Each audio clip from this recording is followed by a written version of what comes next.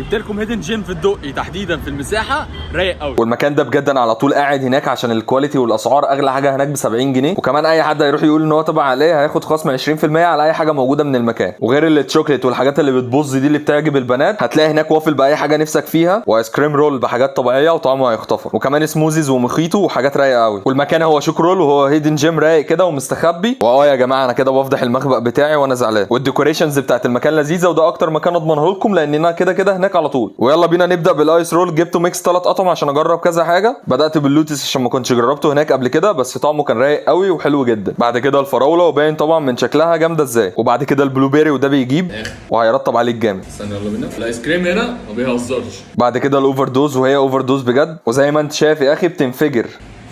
يا نهار ابيض. دي بيبقى جواها كيكه وكريمه وفواكه وصوص فراوله ووايت شوكليت وتشوكليت شيبس ونوتيلا وصوص لوتس وترابيزات بلياردو وبنج.